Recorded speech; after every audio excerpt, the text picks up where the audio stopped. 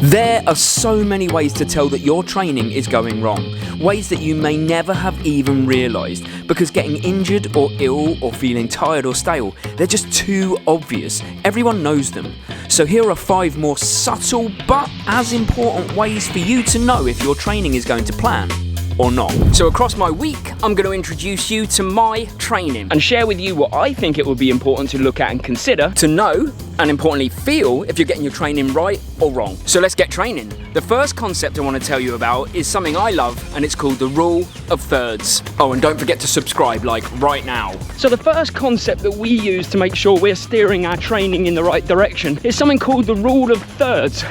And it's a handy little way of just knowing that all of your sessions are okay. So the way the rule of thirds works is that in your entire training, across your week, across your block, across your whole cycle, 1/3 of all of your training should feel hard. It should suck. And it could be a track session like the one we're just about to do here, but it could equally be an easy run or a tempo run. Doesn't matter which type of run, but you should really expect 1/3 of all of your runs to suck. And after 1/3 of your runs feeling like they suck or feeling really hard, there should definitely be 1/3 that are just kind of meh, in the middle, you know? Like you don't feel like this is an amazing run, but neither do you feel like it's hard. This is just one of those ones where you come back and you're like, job done, run done. That's that middle section of the rule of thirds, which I guess means you know what's coming. And obviously while I'm out here on my long run of the week, and you've heard that 1/3 of your runs should suck or feel hard at least, and 1/3 should feel okay, it would make sense to assume that the other 1/3 of the runs should feel amazing. That's the whole point. That's the whole point of the rule of thirds. You see, if there is an imbalance somewhere, as in more than 1/3 feel amazing, or more than 1/3 suck, or more than 1/3 just feel meh, okay, then you've probably got it wrong, and you either need to dial it back or you need to push it on. But here's the thing for me, running is a lot about science, but it's also a lot about feel and how you feel things are going. So that's why I really love the rule of thirds, because it doesn't use science, it allows you to dial into how your body really feels about all of this. That's why it's so valuable. One surefire way that you can know that you're getting your training wrong is as simple as losing the joy. Some call it mojo, some call it motivation, but whatever you call it, if running starts to feel like a burden, and not just in one session, but for a prolonged period of time, then it's a subtle, or sometimes not so subtle way of your body telling you to change things up. And it's not only at one end of the training spectrum, it's not as if it's just if you do too much. It can equally be if you're not running enough, or if you don't have enough variety in your sessions. I'd link it to passion and purpose. Never do I enjoy my running as much as when I have a goal in mind and I can fully commit to that process. Just getting stuck into being a better runner and seeing progress, going all in. And have I sometimes overdone it in those moments and lost the love? Yeah, I have, but it's all part of the learning about myself. But ultimately, I want to be running for life, so it's joy first, everything else is secondary. Purpose helps, a good plan helps, that's a shameless plug. Learning about yourself helps, and once you find the joy, everything else becomes easier. Another way to know if you're training wrong is, to be honest, ask somebody else. Sometimes a coach could be the best investment you ever made. Absolutely, I've been there, Mary's been there. We've all invested in coaches who are not as close as you are to your own training and maybe have a different option, maybe have a different viewpoint on it. And if that's something you're looking for, there are a ton of coaches out there on the internet. I will say that we run a marathon training group twice a year, which has just opened class 4, and the details are in the description. But we also have a membership group where we jump into live calls 2, eventually 3 times a week. We're basically, think of us as coaches in your pocket, there to help guide you through your training and maybe see something that you didn't. So all the information is in the description, but you don't have to go with us. The point of this one is that a coach might see something different to you and might be able to help you. And sometimes we're all just too close to our own training. The tool I use to make sure I'm training in the right ways is I check the balance of my structure of the week. Now, I'm going to get more into this in the next week or so. We're going to do another video digging in a bit deeper, but there's been a bit of a meta study where people analysed tons of people's training routines from the top level weight all the way down, And the common themes for the successful were that they had a certain structure to their week. And one of the runs in their week was the cornerstone run, which was the long run. And without a long run in my week, I often feel like I'm not doing myself justice. I'm not working on my aerobic base in the ways that I would like, and I think it does limit my progress. Oh, I'm going to turn around here. Now, that's not to say the long run has to be super long. It is, of course, where you're at that moment, but the fact is that you should have a run that works your aerobic base and pushes you to about your limit of where you're at right now. So when I'm deep in marathon training, that might be over 20 miles. Right now, might be just over 10 miles, but I cannot stress it enough. The long run has to be a cornerstone of your week. Okay, let's go. What there should also be in your week is there should always be intervals of some kind. And the intervals, they don't have to be the same intervals every week, each time. You've got such a selection. Oh, let me just change. But what I'm saying is there should be a period of training during the week where you are pushing yourself above your easy running. Sometimes that might just be tempo. It might be marathon paced efforts. It might be hill repeats. It might be fartlek.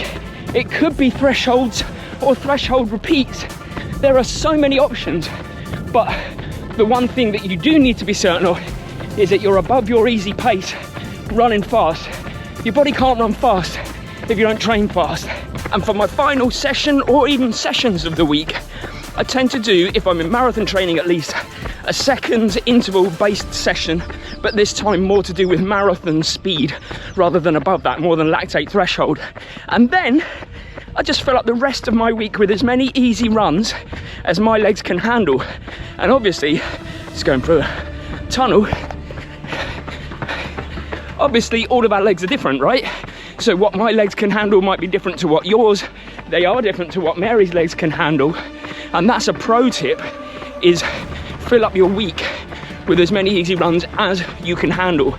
Not every day if it's going to tip you over the edge, but often pros have that second interval session, if not third in the week.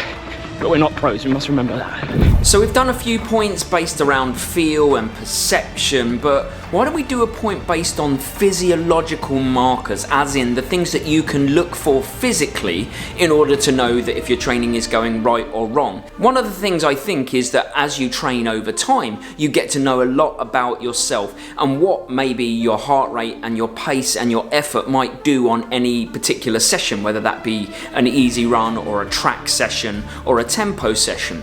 So things that we look out for is if we go for an easy run and our heart rate is above the normal, as in where would we expect it to be on an easy run given the conditions that we're running in. Sometimes I run on the treadmill, I know my heart rate's going to be different to when I'm running outside because of the intense heat, but I know where they should be. So anything away from that norm, and I don't mean just in one session, but over a number of sessions, you start to build a picture, something might be wrong. Another one is when you go to the track, maybe you're doing interval sessions and you struggle to get your heart rate up to the level that you know usually it can go to.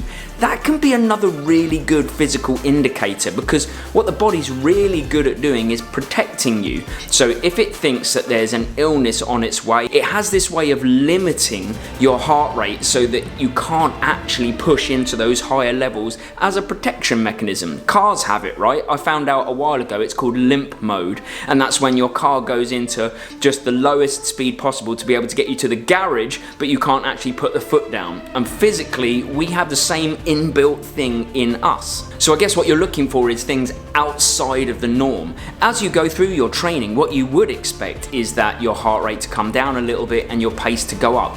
That's natural. It's when things out of the norm happen, that's when you've got to start wondering what's going on. Especially in situations where halfway through a training block you're flying and feeling amazing all of the time.